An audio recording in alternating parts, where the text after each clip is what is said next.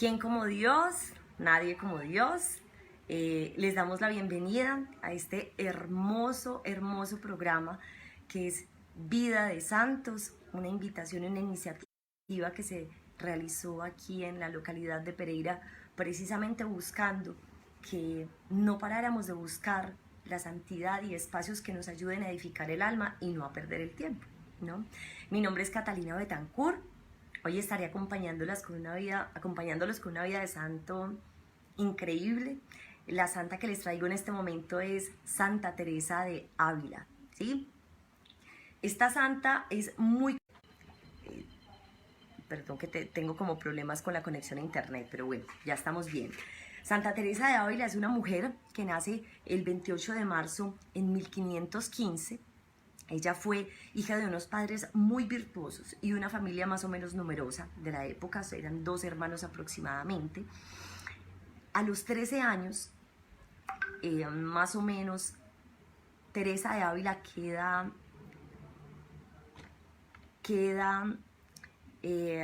huérfana. Su madre se muere y en ese momento ella le pide a la Santísima Virgen María que la adopte como mamá, que la adopte como hija.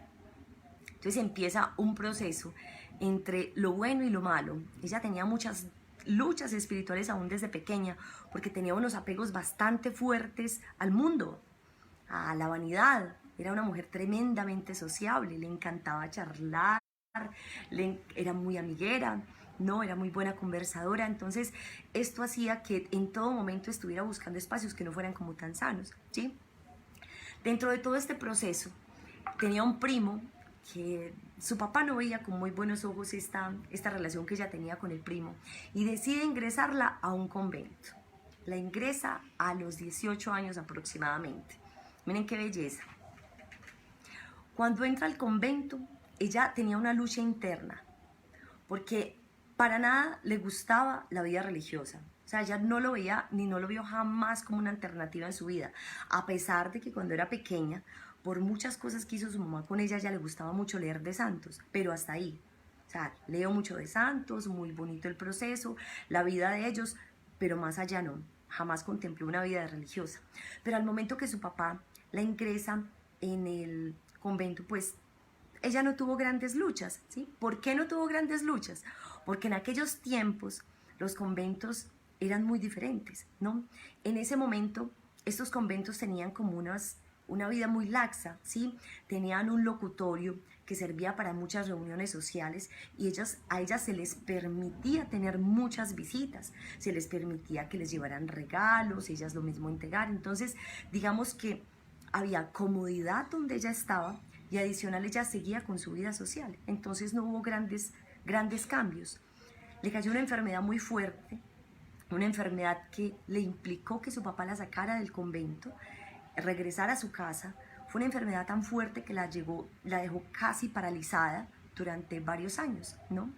Fueron 2 años, en algún momento inclusive estuvo inconsciente, muchos días la creían muerta, creían que ella de allí no se iba a levantar, ¿no? Qué particular que casi todos los santos se habla de enfermedades tremendamente fuertes. Fue una lucha muy fuerte, pero luego más o menos de unos 2 años ya decide regresar nuevamente al convento. Ya ahora ella es la que pide regresar al convento y le pide a su papá. Su papá la regresa al convento, pero tuvo como unos tremendamente fuertes esas luchas para ella poder levantarse y recuperar su movilidad. Empieza un proceso dentro del convento que para nada era exigente. Ella no contaba con directores espirituales que le ayudaran en el proceso. De allí la importancia de que contemos con unos muy buenos directores espirituales que nos ayuden a avanzar, ¿no?, en nuestro camino. Con esos faltantes, ella duró muchos años en una vida tremendamente laxa, ¿no? Pero tremendamente laxa. Hasta el punto de decirles que solo hasta los 39 años aproximadamente, es decir, 20 años en el convento, y hasta los 39 años empezó un llamado tremendamente especial del Señor, ¿sí? Dentro de todo este proceso de estos 20 años, su vida de oración tremendamente bajita. Ella no tenía vida de oración interior. cuando tenía en comunidad oraciones de intimidad con el Señor, ella no veía la hora sino de salir corriendo, que sonara la campanita para ella salir. Y si se quedaba, era para que las demás la vieran y pensaran cosas buenas de ella. Miren la vanidad tan impresionante que Teresa de Ávila tenía. Oraba para que la vieran, una de las cosas que aborrece el Señor.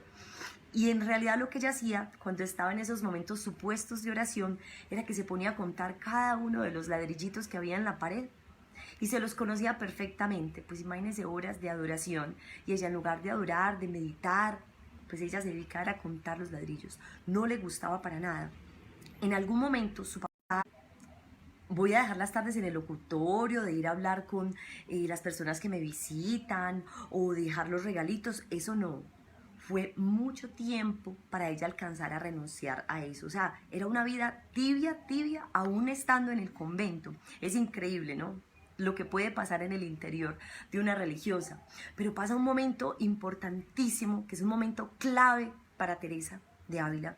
Y es un momento en donde ella tenía un especial gusto por los crucifijos, pero los crucifijos que estuvieran como muy heridos, ¿sí? Que la figura del Señor estuviera muy ensangrentada, muy herida. Contemplaba mucho esas figuras. Y en algún momento estaba contemplando uno de estos crucifijos. Y ella en su interior le dijo al Señor, Señor, ¿quién te ha hecho esto? Con mucho dolor se lo preguntaba, pero no esperando una contestación. Pero ella inmediatamente sintió en su corazón una voz tan fuerte, tan contundente, que le decía, tú, Teresa, tú me lo has hecho cada vez que pierdes el tiempo en esas conversaciones en el locutorio. ¡Qué tremendo! O sea, estaba diciéndole a Teresa de Ávila que por las conversaciones sin sentido, por las conversaciones vacías, por ese tiempo perdido en cosas sociales, por decirlo así, lo estaba flagelando ella misma. ¡Qué impresionante! Ella inmediatamente se quebrantó, tuvo un momento de dolor impresionante, un momento de dolor tremendamente fuerte. Y en ese momento, llorando ante la verdad, ella tenía un problema muy fuerte en pensar que podía hablar con Dios, ¿sí? Por todas estas frialdades y tibiezas en las que ella andaba. Ella creía que era tan indigna que jamás podría siquiera hablar con el Señor de una manera muy cercana. Pero en realidad era una falsa humildad la que ella tenía. Inmediatamente ella empezó una vida de rigor, una vida de perfección completa. Fue impresionante porque fue un cambio así, de la noche a la mañana de decir soy muy laxa, a decir empiezo ya una vida de perfección y de rigor, completamente radical. Dentro de este proceso hay algo muy bonito dentro de estas experiencias místicas que tenía Teresa de Ávila. Hay una muy especial que a mí me llamó la atención, que me ha llamado mucho la atención, porque es una relación muy directa del amor con el dolor. Y era una experiencia en donde ella veía un ángel muy hermoso, decía ella, no de una estatura era una estatura promedio, relativamente bajo, pero muy hermoso y muy brillante. Y este ángel tenía una espada en la mano. Hay una imagen, hay una escultura en torno a esto divina. Y ella sentía en algún momento, ella decía, y sentía como si con la espada el ángel traspasara mi corazón. ¿Sí? Esto se llama transverberación. Esta es una experiencia de transverberación, así se llama. Y decía y describía cómo ese momento era un momento tan doloroso, o sea, el sentirse traspasada, era un dolor tan fuerte, pero al mismo tiempo era un dolor en el que ella sentía el amor más grande jamás imaginado. Era una mezcla entre las dos cosas. Y en el momento en el que ella sentía que el ángel retiraba la espada de su corazón, era horrible la sensación porque ella anhelaba sentir ese dolor tan infinito en su corazón, o sea, seguir sintiéndose traspasada, pero no dejar de sentir la espada en su corazón porque ella sentía que era Dios y que era ese amor tan infinito el que ella estaba sintiendo, tremendamente fuerte. De ahí que ella hablaba como el sentido de la vida para ella era vivir sufriendo. Si ella no sigue viviendo para sufrir, entonces ¿para qué vive? O sea, era de ese tamaño. o sufro o muero. Pero toda esa vida de comodidad y de holgura y de tranquilidad y de ser tan laxa, ella renunció completamente a eso. Entonces todos estos momentos que la llevaban a ella a vivir este gran momento fueron muy hermosos. Ahora, dentro de todo este proceso, desde que ella comenzó su proceso de conversión, algo tremendamente llamativo también que me ha parecido, inclusive en sus libros, hay un libro que ella escribió que se llama El libro de la vida. Es un libro hermoso, es un libro hermoso. Les confieso que hay momentos en donde yo me pierdo leyéndolo, porque es hasta complejo el lenguaje que utiliza. Y hay otros momentos en donde es una revelación completa. Y en este libro es increíble cómo ella todo el tiempo está con una mirada muy introspectiva. Es una mirada permanente sobre sí, pero ya no para vanagloriarse como antes se vanagloriaba, sí, que se admiraba demasiado, sino que eran momentos tremendos de fuerte crítica, de observancia, de mirar cada día, cada segundo, cada instante, en la meditación, en la oración, que estaba fallando en su alma. Ella buscaba completamente, estaba vigilante para analizar cualquier cosa que estuviera apareciendo en su alma, que la alejara del amor de Dios. Era impresionante porque ella no paraba y tenía una vida de trabajo, pero altísima, era una vida de trabajo altísima, pero jamás, por esa vida de actividad tan altísima, ella volvió a dejar su vida de oración y su vida de intimidad. Era esencial tener esa vida de intimidad con Dios para poderse mantener en estos momentos tan hermosos. Y algo más allá del misticismo, porque podríamos pensar que el ser místico, no, pues eso lo ayuda a uno mucho, si uno habla con Dios, pues eso será más fácil ser santo. Pues no era así. Ella inclusive, había momentos en donde se catalogaba como ruin. Soy una persona ruin. Y lo decía porque ella decía que al leer las vidas de los santos, cuando el Señor a alguno de ellos se les manifestaba, ella decía que los santos inmediatamente cambiaban de actitud y nunca más volvían a herir a Jesús, ¿no? Y que ella era todo lo contrario, que era inmerecedora de lo que estaba recibiendo, que era poder hablar con Jesús, tener esas experiencias místicas, entrar en unos éxtasis impresionantes, levantarse del piso, o sea, eran unas cosas muy bonitas. Y decía, y a pesar de ello, yo sigo siendo ruin con el Señor. O sea, ella veía todo el tiempo que habían tantas cosas en su alma, todavía querían a Jesús, que era impresionante. Y no por eso se desanimaba, y no por eso dejaba de seguir luchando, aunque tuviera unos lapsos tremendamente largos de desierto, ¿no? Dentro de todo este proceso, si hay algo hermoso que Teresa de Ávila hablaba y que debería exhortarnos a todos, es que hay unos puntos muy especiales donde ella dice cómo hubo unos tiempos muy fuertes en donde empezó la misión que el Señor le puso, que ya les contaré sobre esta misión en donde empezó con grandes tribulaciones, rechazos, abandonos, no le creían, burlas, persecuciones, cosas impresionantes. Y esto lo adquirió porque empezó a hacer la reforma del Carmelo, ¿sí? ¿Qué era la reforma del Carmelo? Pues ella dijo, si yo estuve 20 años dentro de toda esta vida de holgura, de vida social, de tranquilidad, de regalitos, de todo, eso no es lo que Dios quiere.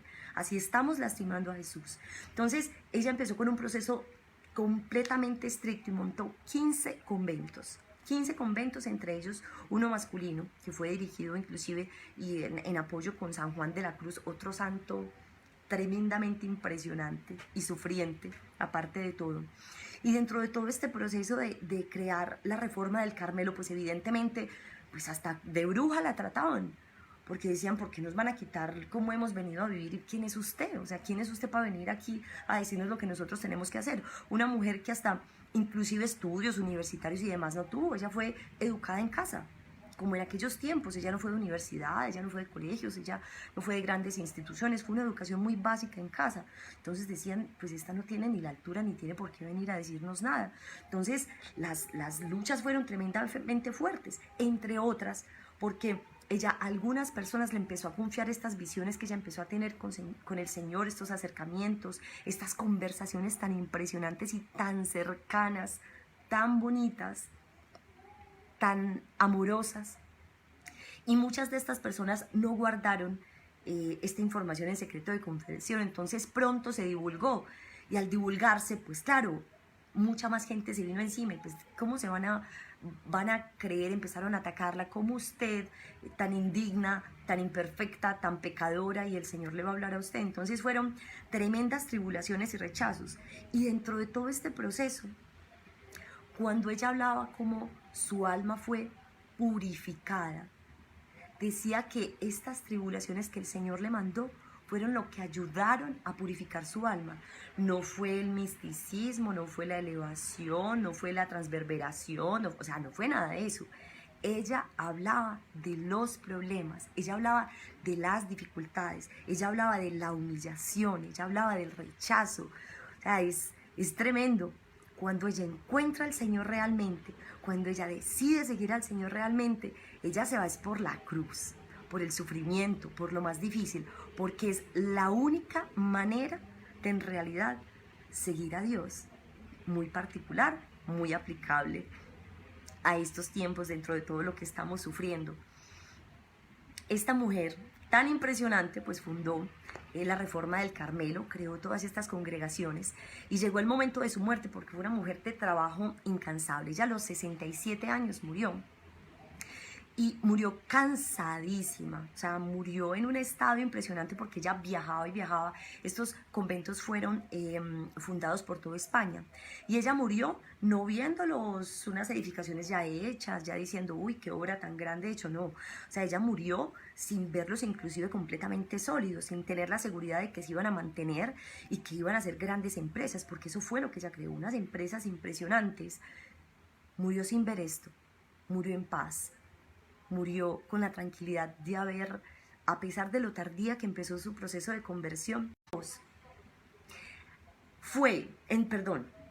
murió el 4 de octubre en una noche de 1582, fue beatificada en 1614, fue canonizada en 1622 y fue considerada doctora de la Iglesia en 1970 por Pablo VI. Imagínense ser considerados doctores de la Iglesia junto con las otras 4 doctoras de la Iglesia que en ese momento estaban, que era Santa Teresita del Niño Jesús, Santa Catalina de Siena y Santa Hildegarda, si no estoy mal. Empezar con ese proceso tan impresionante de decir doctora de la Iglesia, cuánta profundidad tendría que haber existido en sus palabras, cuánta profundidad en esas meditaciones tan impresionantes que tenía con el Señor. Esta fue la vida de Santa Teresa de Ávila. Gran invitación para todos nosotros para que no olvidemos ese momento de intimidad con el Señor, esa vida de oración, no la vida de que todo el mundo me vea lo que estoy haciendo, de que miren, me publico yo orando, o miren qué linda soy, como oro de bonito, sino la oración que dice el Señor en la habitación cuando estamos solitos, lo que hablamos, lo que decimos, el tiempo que le dedico, la profundidad que hago en sus palabras y en la palabra que nos dio. Esta es Santa Teresa de Ávila, una santa impresionante que espero que se lleven en el corazón. Los invito a que vean la película de ella, es una película antigua hermosa, es hermoso. Les cuento pues que ella me ha enseñado a mirar al Señor con más amor y con mucha más cercanía, así que aprovechen, por favor, aprovechen